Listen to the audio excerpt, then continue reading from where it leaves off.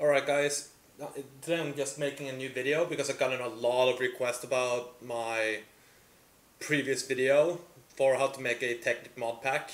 So a lot of people that have tried it have had issues and I have helped them diagnose it over Discord and everything, which I'm obviously continuing to do. So this is not a video to like get rid of that stuff. I'm just making an updated video that's more in detail on how to do this stuff more properly and actually like having a chance to get it working somewhat properly instead of having to contact me to help stuff that's like really simple stuff that you probably couldn't figure out by yourself if you just had given it some thought. So I'm not blaming anyone that they're doing something wrong. Obviously everyone does it, but this is just a video to help me to not get so many requests. I think I had maybe like 20 or so requests about helping people over Discord because they named the file wrong. That is on my side because I missed on one thing in the last video that I failed to explain. So this time I'm doing it from a fresh Windows install. This is basically a normal Windows installation without any modification to the OS itself like I had last time. Okay, so what we're gonna do first, if you haven't followed that guide already, make a new folder on the desktop. Just call it like whatever. I'm just gonna call it YouTube Modpack V1, just because why not? Boom, done. It's just a random folder. You can name this whatever you want, basically. If you want to keep track of if you want to keep track of what you're doing and everything, just name it to like your mod pack or something. If you want to call it YouTube pack or my mod pack or whatever you call it, just name it that. It doesn't matter what you name this folder. It doesn't matter whatsoever. And the location of it doesn't matter whatsoever either. So like you can place it on your C drive, you can place it on your USB drive, you can make it directly in freaking Dropbox or whatever. It doesn't matter where you place it. You can just place it wherever. I'm just doing it on the desktop for simplicity.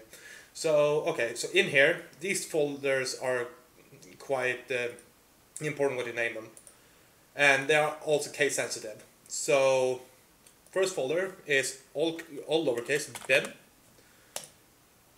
Second one is all lowercase mods, and the third and final one is config, all lower caps. Boom, done. Now we have the main structure of a mod pack. So what you need to do now is go to the network and go to files.microforce.com, links in the description, of course, as usual. And now you have to figure out what version you want the mod pack to be on. So right now, 1.13 has been released of Minecraft as of now, at least that I know. I don't know if it's like a pre-release or something, but I know that 1.13 is released and you can actually play it. But Forge, at the time of making this video, Forge haven't been released for 1.13 yet. So we're just gonna go to standard that I always use because it has the most mods and the most functionality, because there are a lot of stuff like if you want to make a server with plugins, you can use something called Thermos, which is a API that allows you to run bucket/spigot plugins with Forge. It's basically Craft Bucket or Spigot with Forge added into it, essentially. That's essentially what it is. And the most compatible version for that is 1.10, so we're just gonna keep going 1.7.10. And as you can see, this 1.7. So you click on that and you can see 1.7.2, 1.7.10 pre-4, and 1.7.10. Go with the normal 1.7.10. What you're gonna do here, once you're here, you're going to go to download latest and click universal, because otherwise this won't work properly. So you click universal, and now we're just gonna wait the 5 seconds because it's freaking Forge. Press skip and save it to the folder you made it, or this might not pop up too because I enabled something in Chrome that allows me to save every file I download to a separate location. So just download it into your bin folder and rename this to mod pack. Just like that, and save it. Otherwise what you do is, if it looks like this when you download something, drag the file that you just downloaded into the bin folder, rename it to mod pack. Just like that. Boom. Done. There we go. Easy. Okay, so now you're done with the forge. Now that part is done. So what we can do now to make everything easier, okay, continue to site, why not? So what we're going to do now is you're going to have to register on the Technic Launcher website, technicpack.net, if you haven't done that already. This is basically just my demo account, or demo, but like an account that I just test mod packs and whatnot. So we're going to go to create mod pack, and just going to call this YouTube test mod pack version 1, just because why not. And here is important, Minecraft version, now you have to select the version of Forge that you just downloaded, which was 1.7.10, which is right there. So you have to select the same version here as you do when you download the Forge, because basically what this does is essentially, I'm just going to make this hidden for now because I don't want people to see this. So basically what this does is, how Technic downloads everything and like makes the modpack run, is that the Technic launcher, or like you cannot distribute the Minecraft game itself. You're not allowed to do to Mojang's TOS and EULAs and everything, which makes it that you or anyone else without the explicit permission, written permission, on a contract basis, cannot distribute the game jar files or whatever it is. So basically what this does right here is when you download Modpack, this basically downloads the game from the Mojang servers. The Technic launcher never touches the actual file. It's just basically downloads the file from the Mojang servers. And Mojang is the people behind Minecraft, so yeah. So that is why you have to select the correct version that you just downloaded, because otherwise it won't work. It just won't. Give the modpack a short description, just test desk for no reason whatsoever. Boom, I agreed, because you can read this if you want to. I'd like to do it because I already know this inside and out. So when you have double checked everything, press create modpack. Can take a second depending on how fast their servers currently are. And of course, so give me 1 second, I'm just gonna go and do something. Okay, what modpack do we have when don't touch? I don't touch this anymore. So boom, I'm just gonna go there and delete modpack because I don't give a shit about this modpack. It's just shit. Don't need to care about this whatsoever. Just removing it because it was a demo modpack I tried to do and then gave up because it was taking too much time. Boom, there. And now we just recreate this again. This is a common issue. That also, the modpack name, it cannot be the same as any other modpack. It has to be unique. So you can just like do that if you freaking want. I'm just gonna do that for simplicity right now. And just give it like a random name right there. Because if they remove this modpack, I don't give a fuck. Yeah, right. You're using 9 of your 5 modpacks. Yeah, right. You can forget that. I'm not using freaking 9 modpacks. I don't have that many. That has to be a bug or something. Yeah, there we go. Boom. So now when you've made this, basically what you're gonna do here is this was just for ease of use later on.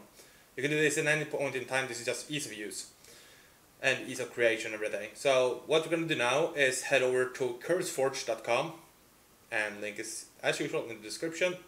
Go to Minecraft, go down to mods, hit browse, and any version, drop that down and select 1.7.10.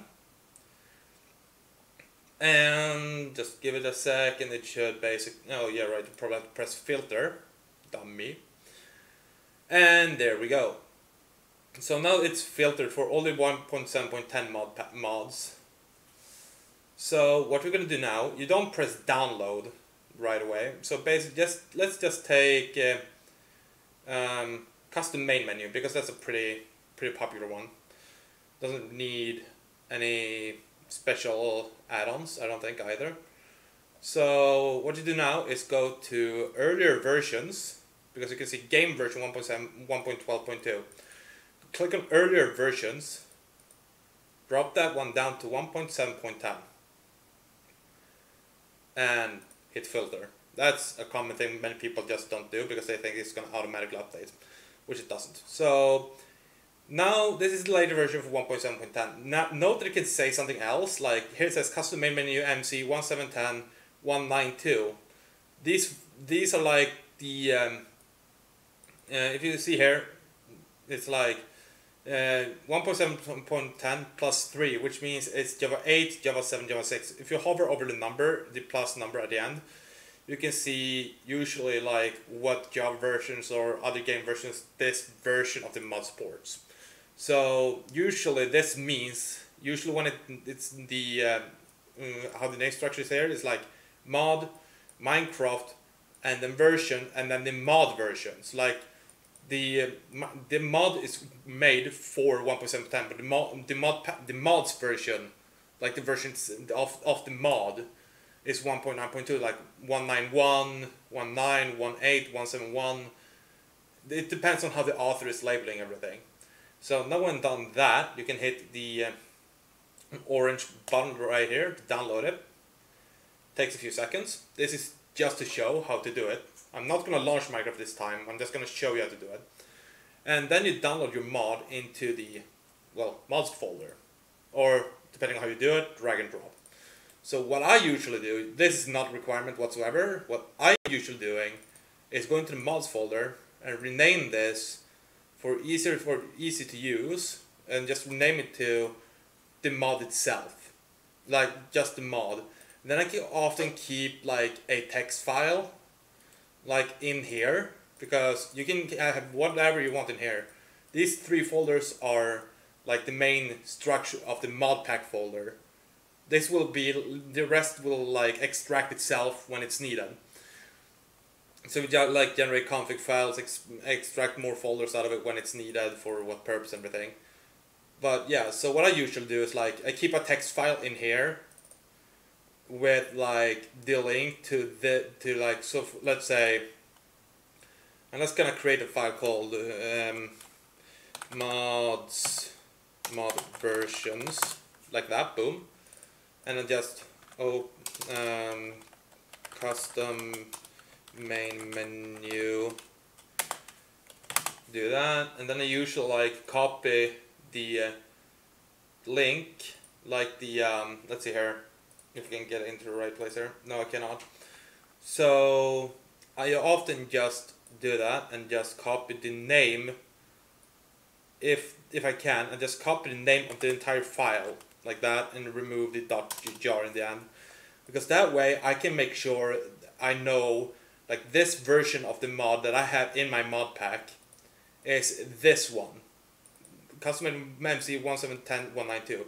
So that means if they release a newer version of the mod, like let's say 1.9.9, because why not, just for the lols, I know that this version is the exact one I have and it's that file.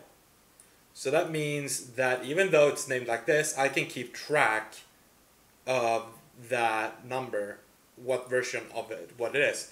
And what I also can do is add another dash and just copy the entire link to it, so I know that this, okay, so this is the mod, this is the mod file name that was downloaded, and this is the link to where I downloaded it. It's just this is not something you have to do, it's just easier to keep track of what you're doing, with what mods you have, what versions, where to download from, etc. And here, just in the mods folder, this is just to keep it clean, just so you don't have a random bunch of numbers and name parameters and everything in the jar names. You don't have to rename them whatsoever. You can just leave them as default as they came when you download them. It's just for ease of use. So I'm just gonna save that for now. Boom, done. Okay, so now when we have the mod and this file right here, what you're going to have to do now is basically what you're gonna do is drag everything in here, like so it's marked. Right click, add to archive, and make a zip file. And this cannot, well, it doesn't really matter for this one because we're going to use Dropbox for this. Is yeah, just version 1, and you can add just, if you're making an updated version, just 1.2, 1.3 or whatever. It's just so that you can keep track of this is the first version of the modpack I made, and now I'm making another one. I can make 1.1. It's like an update with some configs or whatever. It's just so you can keep track if you have multiple files, multiple zip files. If you want to store all the files, you can go back to an earlier version if you need to do some edits or something and see what you did where and how that worked. Yeah, you get the point. So I'm just going to do version 1. So now what I'm going to do is go and copy this file and just keep it there. I'm just copying it. So, and paste it in Dropbox. And you need a Dropbox account to sign in and have the Dropbox thing added to your computer basically. And boom, there you go. So YouTube Modpack, and it will have like a blue circle when it's uploading on it. It's kind of hard to see maybe. And it will be a green checkbox when it's uploaded and ready for download. So what you're going to do is right click, copy Dropbox link. Okay, go back to the modpack that you made, press edit modpack, scroll down, and modpack location, paste it in right there, and change the 0 at the end to a 1. And that's basically it. So now everything you need to do is basically you can add some tags. Force directory change, don't do that unless you know what you're doing. Hidden pack, I enabled that because I don't want people to see this modpack right now. Server package, that's just if you have made a server. And I will touch on that in another video, how to make a Technic server. I will touch on that in another video. So, and modpack site, that is if you have one. You don't need to fill this in. I'm just gonna do to my website that I have. And yeah, so that's basically just if you want to fill that in, you can. You don't have to. And inverse header coding, that's like if you have a image or something in the background of your modpack, like in the front, like up here. Basically, it will invert from white to. So let's say you have a really white background, like a very like a really bright background. If you enable this setting, the inversive header color, basically what it will do, it will change the color of that stuff. So yeah, it would basically do that. And Discord ID, I can touch on that in another video too. It's actually really helpful if you have a public modpack that you're actually getting like uses and everything for. It's actually really good to have. I will touch on that in another video too. It will probably be when you make a server, like in that video or something. Okay, so what you do now is press update modpack. Boom, done. Okay, so let's see. If you go to games, at least for me, and open up Technic Launcher, it's going to do this for the download demo. Just wait for Technic to upload and to start because it's shite. And this is yeah, right, I need to log in again. I'm just gonna pull this off my monitor so you can see what I log in with and minimize that.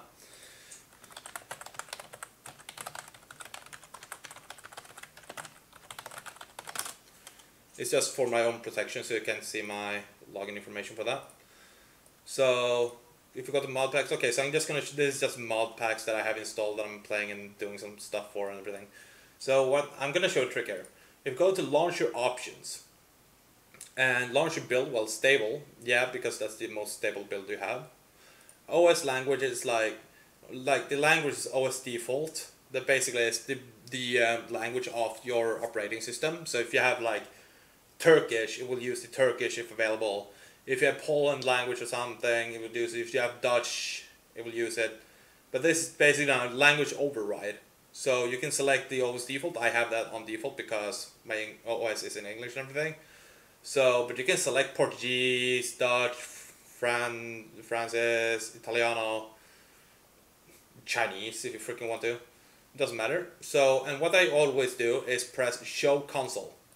It will basically pop up this thing, which is really helpful when you're diagnosing modpacks. What I'm also doing is go to Java settings and set it on default often. If you have multiple versions of Java, like a 32-bit and 64-bit, you have that there. I have mine on default because I basically always install the 64-bit Java because I don't need the 32-bit. And then the latest because, yeah, I don't know why, but I will always use default because it's always works for me. So, and then I set the RAM here that Technic can use as a max. This is the max amount of RAM that your Technic launcher / game will be able to use. So if you are like, I'm gonna show you my RAM usage right now. Basically looks like this. This is Chrome. Yeah, a lot of people know how Chrome works these days. If you are familiar with the computer industry and used Chrome a bit in your life, you know that Chrome can eat massive amount of processes. So this is how Chrome looks. It's using right now 800 megabytes of RAM, and I got 8 in total. So this is like a typical RAM usage between 64 and 70%. And here is the, well, Technic stuff, because Technic runs in Java. Spotify, recording software, Task Manager, Explorer, and everything. Yeah, boom, yada yada yada. So check how much RAM you currently use, basically. When you use, check this, like if you're using your computer like normally. If you maybe are a streamer, making YouTube videos, having a YouTube video in the background while you work on something, and check how much RAM you have right now. So easiest way is go to the performance tab and go to memory and check, okay, right now I got 2.8 gigabytes of RAM available. So this is not a typical work case for me when I'm actually working with mod packs and everything. This is usually a lot higher. But what I usually do is set it so I'll leave a bit of RAM left in the system, because otherwise it will be put into a so-called swap memory, or a page file, which will basically dump your RAM onto your drive, like hard drive, SSD, or whatever you're rocking your system. Usually it's an SSD and a hard drive, depending on what system you have and how old it is and whatever. But nowadays it's typically used to have both a hard drive and SSD. So if you by default it dumps everything to your SSD while you're doing stuff, and makes stuff really slow. I'm talking slow. So that's why I'm always checking, like, okay, I got right now 2.8 gigs available. So I would max use, if you have that same stuff about that I have, I put about 2.5 gigs. If you have 4 gigs of RAM or less, okay, you should always like look at this, depending on how much you have. Like if you do tell it like this, 512 megs, nope, fuck that shit. Same with 712, I would go minimum, an absolute bare minimum to have a mod pack somewhat running is 2 gigs. A bare minimum is 2 gigs. Because otherwise there's no chance in hell, if you're playing a mod pack with 50 or 60 mods, that your system will be able to run that everything. There's no way in hell it's gonna work. So a minimum 2 gigs. I'd run the 2.5 to 3. I always change it depending on how much RAM I have available. Video settings, you don't really need to change this at all. And about tab is basically just what Technic is. So that's just some stuff. I'm gonna show you actually how it is that I use the console for this. And actually, I'm gonna tell you a little story here, because some people, when they are sending in to help, when they want me to help and they send me a request on Discord and tell me my mod pack isn't working, yada yada yada, can you please help me? This reason isn't working, or whatever the case may be. I always ask for the mod pack link. So I usually get a link which looks something like this. Not this exact thing, because obviously this is mine. This link will change, like the last part here will change depending on your mod pack and everything. And I go in, paste it in here to download it, boom, I can see it, and press install. Now you can see the console that it started to download. It's always starting the download multiple times. Always does that, but you can check it in here that it's actually like working. And there it is, there's the mod pack. So let's see if this worked. Let's see if custom main menu works, like the mods that we used. Let's double check it and see if it works. So we're launching it right now, loading assets, and there you can see the console. Take a look, remember the console. This is basically showing all the stuff that can happen with your mod pack. So basically right here, error occurred, initial VM couldn't resolve enough space for object heap. Basically it meant that something went wrong when loading the mod pack right there. So that often means like there's a RAM issue. So what you can try to do back then is like try to bump it down to another reason. I'm just gonna do 1.5 gigs test. I don't know if this will actually work right now. Let's double check that I actually saved. Yep. This is just like a diagnosing issue. This is like a diagnostic that's pretty common because I got this maybe like 5 or 6 times upon request that I get this message. Let's see it again. Let's see if it works. And let's see, setting user. And there you go. So just by changing the RAM. And here we go. Here's a crash. So let's scroll up here to see what happened. Loading screen, debug info, yada yada yada yada yada yada. Okay. Not much information going. So the best thing you can actually do in this scenario is just to read through the lines and see if you can find out why. So like here we go. For example, he's just displaying some information about the system. It's just some stuff here like attempting early microforce installation. And here we go, here we're getting something. Let's see, where was it? I saw it like a second ago. Initiation game, yada yada yada. Information. Game crashed. Okay, so here we go. Here we have a crash log. Let's go and take a look at that. So go to %app data %. Go into .technic modpacks, your modpack name, like the one that you made within Technic, and here you can see that there's not only 4 files, there are 3 folders and 1 file here. There's a bunch of them because this is the basic structure of a modpack. When it's extracted and done everything, this is the basic structure. So let's go into crash reports, and I always open up with Notepad++ because it's easy to read everything. So this is a crash report. Basically, this is what it says. If you need help with anything, and you contact me on Discord, please, for the love of God, send me this file, or the files that this stuff generates. If you get the same type of crash report, because it's way easier for me to help diagnose it. So let's see here. Let's see what this can say. GTX 760. Yeah, I know this is my system. Yada yada yada yada. Discovery. Okay, that didn't tell us much. So if we go and check in the logs and go into latest, didn't say much there either. Reload and resource manager. Okay, so this is also another trick I'm gonna show you right now, and this is the best diagnosing thing you can ever do when you're creating your own modpack. Go into the mods folder,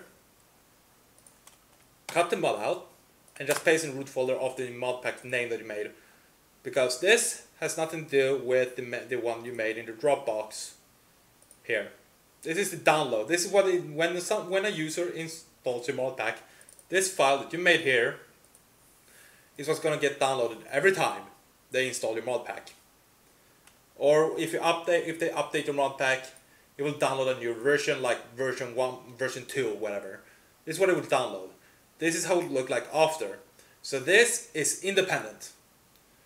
So this you don't need to do anything. So basically here we have the custom made mod because I removed it from here. So if a user goes and downloads the modpack again, like they would download the modpack. This that you just did here won't affect that whatsoever. This is just for your own diagnosing purposes or whatever. And now if we try to launch the modpack again, without any mods in it, right now it's basically just vanilla, it just has Forge on it. That's basically exactly what it is. Let's just make the thing smaller, just to see what happens when everything starts to load up. And it crashed again. Let's see what it says this time. Yeah, system error, I got that. Minecraft crash, quite honestly, I wouldn't worry myself about that. Okay, thank you very much, good sir. I think I need to do that. I think I need to worry. Yeah, okay, it doesn't say much here. Just trying to find out why it's crashing. I suppose I'm maximum 16, shaders available, yeah, I don't care. Okay, here we're getting some stuff to figure out. Yeah, I know that. I know this is basically here. This is actually a really good example I can show right now. Where is it? Right there. This is a really good thing. So if you get a mod, basically here, like that's right here. I'm gonna mark this out. So this thing right here is like if you get a mod, if you open up the console like I have right now, basically what this will do is if you have a mod, if you get a bunch of errors in the console and it's like a list like like UUL and then the mod name and everything. Basically here is what is happening. So U sensor unloaded, L loaded, C constructed. Yeah, you get the point. It will basically say something weird. So right now I don't know why it's crashing. It's probably something because of the current state of Minecraft. I don't know. This should have worked normally. It normally does that. So it will basically here it basically says what error is. So you can basically see if it ends with an E. If the error code like UCE or something UE or something and then the modpack name like basically UE or something should stand right in front of the MCP for example. Or FML. If it says something like that, that mod is crashing.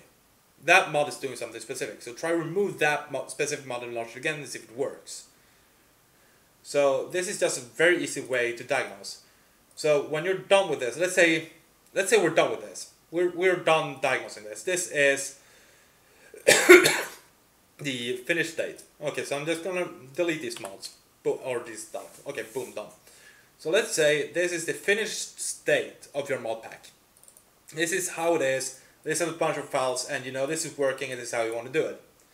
So what you can do now is if we go into configs for example and change the forge, you don't need to do that, splash of properties, let's check that one.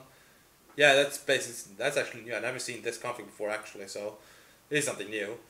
So basically what you can do here is edit configs to your liking. Like you want them to be configured this way. So all of these files, you can save these independently, but remember here, I'm going to show you something that you have to do. So let's say you want to save the bin folder, well you have to save the bin folder there.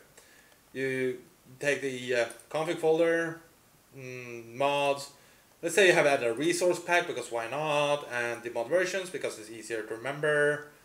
And let's say you have some like saved worlds that you want to share with people. Just copy these. You generally don't want to save logs and crash reports. Generally don't want to show that and cache. You just want these things generally, depending on what you have done and what you want to do with your mod pack. Basically, make a new file like this, boom, and we're gonna call this YouTube Modpack v1.1. Let's just call it that for now. And just gonna save that, boom, done. There we go. I'm gonna copy that into Dropbox and do the same thing again. And right now, remember, and before you do anything right now it's just uploading, boom, it's uploaded to Dropbox. So what you need to do now is open up the link, or like the file. Okay, remove that thing. Go into the bin folder and remove the natives, Minecraft, 1710, version, and version.json. Remove those from the pack. Remove those completely, because that's the game itself, which you cannot distribute to Mojang's EULA and TOS and everything. That is what's getting downloaded from the Mojang servers when you first download this mod pack. That's what's first getting downloaded.